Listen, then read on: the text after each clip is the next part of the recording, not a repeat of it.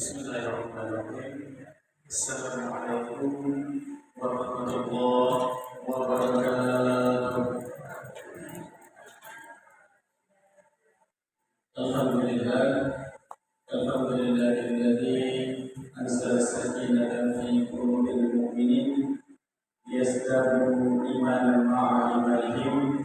Asyhadu an la ilaha illallah wahdahu la syarika lah wa asyhadu anna Muhammadan abduhu wa rasuluh mab'uusan rahmatan lil alamin la nabiyya ba'dahu. Allahumma shalli wa sallim ala sayyidina Muhammad wa ala ali sayyidina Muhammad kama ba'du. Bersyukur atas segala karunia dan rahmat yang telah diberikan oleh Allah kepada kita pada malam hari ini, di malam yang mulia ini. Kita masih diberikan kesempatan, kesehatan dan keimanan oleh Allah untuk bisa hadir di masjid yang kita muliakan dan kita cintai ini. Ini adalah salah satu bentuk bahwa Allah masih menjawab doa kita yang selalu kita ucapkan ketika bulan Ramadan melewati kita ataupun berlalu meninggalkan kita. Sebelum memasuki bulan Ramadan ini, pada bulan Ramadan kemarin kita selalu berdoa, ya Allah, sampaikanlah kami, sampaikanlah aku menuju bulan Ramadan yang selanjutnya. Dan alhamdulillah Allah masih memberi kesempatan itu kepada kita, maka pergunakanlah, marilah bersama-sama kita untuk memaksimalkan sisa-sisa Ramadan yang ada ini untuk mendekatkan diri kepada Allah Subhanahu wa Ta'ala. Salawat dan salam kita kirimkan kepada baginda Rasulullah sallallahu alaihi wasallam dengan ucapan salawat, Allahumma shalli ala sayyidina Muhammad wa ala ali sayyidina Muhammad. Assalamu alayka ya Rasulullah, assalamu alayka ya Nabi Allah. Hadirin kaum muslimin dan kaum muslimat, bapak-bapak, ibu-ibu, pengurus masjid Al-Qasidin yang kami hormati. Baiklah, sebelum kami memulai tausiah, itu biasanya kami terlebih dahulu bertanya, nanti sholat tarawih kita itu berapa rakaat? Di masjid ini tarawihnya 20 atau 8? 8. Baiklah, karena kalau seandainya tarawihnya 20, nanti kalau sempat tausiahnya agak lama, kasihan imam. Jadi berhubung 8, kita pun juga tidak mungkin berlama-lama, karena singkat mungkin kita ada yang beraktivitas bekerja dan juga tetap dalam menjalankan ibadah puasa.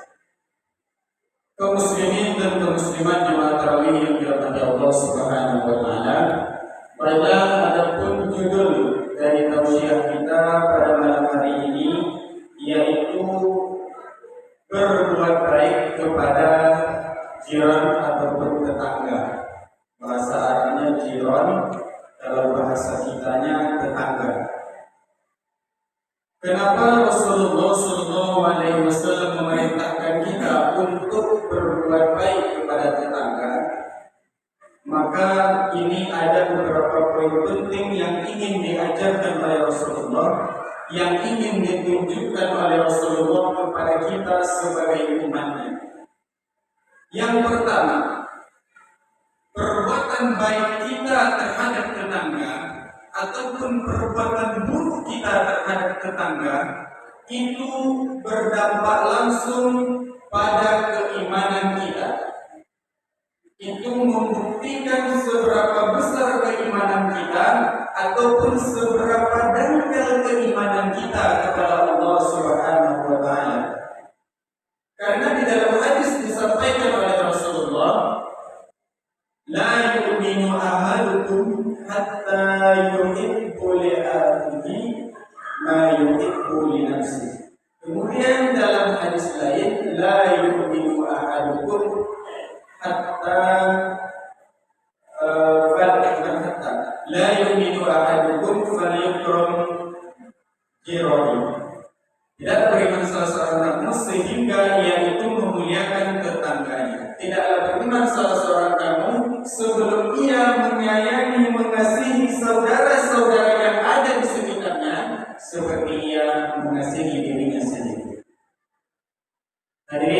tarawih yang dirahmati Allah. Jadi yang dipertanyakan adalah keimanan kita. Kita mengaku beriman kepada Allah. Kita datang ke masjid untuk melaksanakan ibadah. Kita bersedekah, bahkan kita juga menjalankan rukun Islam yang kelima, yaitu melaksanakan ibadah haji atau umrah. Namun apabila terhadap tetangga kita tidak ada sedikit pun perhatian kita, maka kata Rasul belum tentu menjadi ahli surga. Belum tentu menjadi penghuni surga. Karena pada suatu kesempatan sahabat datang kepada Rasulullah. Wahai Rasulullah, saya ingin melaporkan si fulan itu ibadahnya baik ya Rasulullah. Dia itu orangnya baik ya Rasulullah. Ke masjid rajin Rasulullah. Kemudian dia ini juga tutur katanya baik sekali. Tetapi tetangga yang ada di sekitarnya tidak mendapatkan perhatian, padahal ia mampu.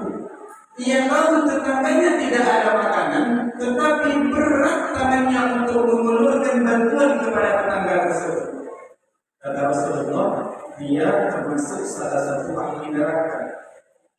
Kemudian ya Rasulullah, ada salah seorang sahabat kami juga, dia ini cuma melaksanakan ibadah yang wajib, sholat wajib, puasa wajib, membantu juga ala kadarnya, tetapi terhadap tetangganya bagus ya Rasul. Kata Rasul, saksikanlah itulah orang yang surga. Artinya apa? Kita berbuat baik terhadap tetangga, itu dampaknya nanti sampai kita ke dalam alam akhirat, menentukan posisi kita di surga atau neraka. Hadirin kaum muslimin dan kaum muslimat jemaah tarawih yang dirahmati Allah. Apa yang harus kita jaga daripada tetangga kita? Yang pertama tentu adalah ucapan awak, kato-kato yang kadu daripada lisan awak terhadap tetangga, itu yang harus dijaga. Kata Rasulullah, jangan pernah menghina ataupun mencela makanan, termasuk makanan yang diberikan oleh tetangga, walaupun hanya ujung kaki kambing, kata Rasul. Nah, kadang-kadang awak kan di situ oleh. Ada tetangga yang ngomong aja, batamu ke rumah tetangga, assalamualaikum, waalaikumsalam. Duduk acara rumahnya tadi dibuatkan kopi, mungkin kopi itu tidak sesuai dengan selera ataupun selera awak. Dan mungkin bukan tidak sesuai, tapi sodo itu ada. Sodo itu kemampuan. Ketika kopi diminum, kalau jatuh-jatuh yang tak lumak oleh tetangga awak, nih mahal dulu nih, kopi tak baik. Nih mani dulu kopi lo, bukan dulu aja. Jadi kata-kata yang contoh itu bisa menyakiti hati tetangga ataupun dia makanan beko. Kalau seandainya kita tidak suka suatu makanan kata Nabi, jangan dicela, cukup diam dan tak usah dimakan. Baik itu masakan istri kita sendiri ataupun pemberian orang lain ataupun di tempat makan dimanapun itu, tidak boleh mencela makanan. Untuk apa? Menjaga perasaan orang yang memasak. Begitulah dalamnya dan lembutnya akhlak Rasulullah Shallallahu Alaihi Wasallam. Poin yang pertama tadi, orang yang berbuat baik kepada tetangga menentukan kadar keimanannya kepada Allah Subhanahu Wa Taala. Kemudian poin yang kedua, alasan Nabi menyuruh kita untuk berbuat baik terhadap tetangga adalah untuk menentukan sedekat apa kita dengan Allah. Dalam salah satu hadis disampaikan oleh Rasulullah Shallallahu Alaihi Wasallam, orang yang baik sahabat yang baik di sisi Allah adalah sahabat yang baik terhadap sahabatnya. Tetangga yang baik di sisi Allah adalah tetangga yang baik terhadap tetangganya. Artinya apa? Untuk menentukan kebaikan seseorang, kata Rasul, lihat bagaimana ia memperlakukan tetangganya. Ketika ia memperlakukan tetangganya dengan baik, berarti orang ini dekat dengan Allah Subhanahu wa Ta'ala. Dalam salah satu hadis disampaikan oleh Nabi, ini yang sangat penting, ini yang seharusnya kita perhatikan baik-baik dalam kehidupan kita. Salah satu hadis Nabi menyampaikan, isnani la yusufu ilaihi ma yawmal qiyamah Qahimur rahim wajar rusuh. Ada dua golongan yang nanti tidak dipandang oleh Allah pada hari kiamat. Bayangkan, tidak dipandang oleh Allah.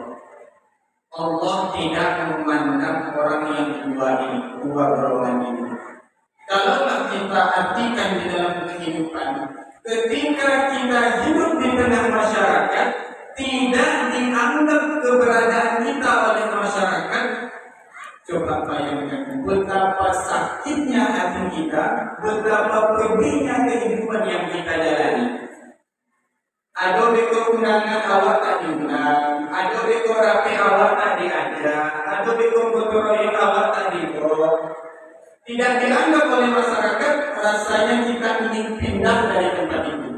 Ini bayangkan, tidak dianggap, tidak dipandang oleh Allah. Dua golongan. Yang pertama, qati'ur rahim, orang yang memutuskan hubungan silaturahim, tidak akan dipandang oleh Allah.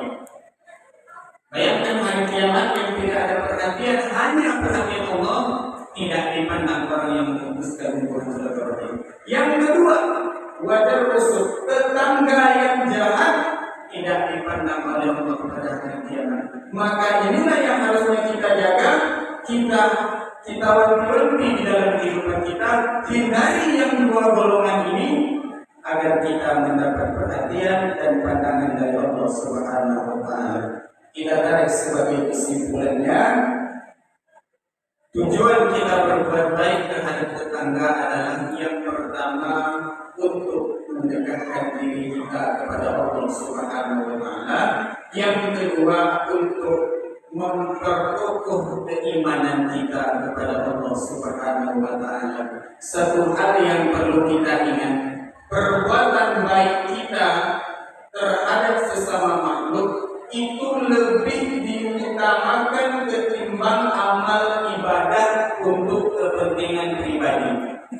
Contoh, ada tetangga yang sedang sakit membutuhkan pertolongan untuk segera dibawa berobat. Sedangkan kita juga sedang ingin berangkat pergi ke masjid menunaikan salat berjamaah. Mana yang paling utama? Yang paling utama adalah membantu saudara kita. Bukan kita menyepelekan perintah Allah, tetapi ibadah kita kepada Allah, Allah tidak perlu. Tetapi sosial kita terhadap sesama itu dibutuhkan oleh makhluk lainnya. Demikian akhirnya yang perlu kami sampaikan. Mohon maaf atas segala kekurangan dan kehilafan. Akhirul kalam, billahi taufiq wal hidayah.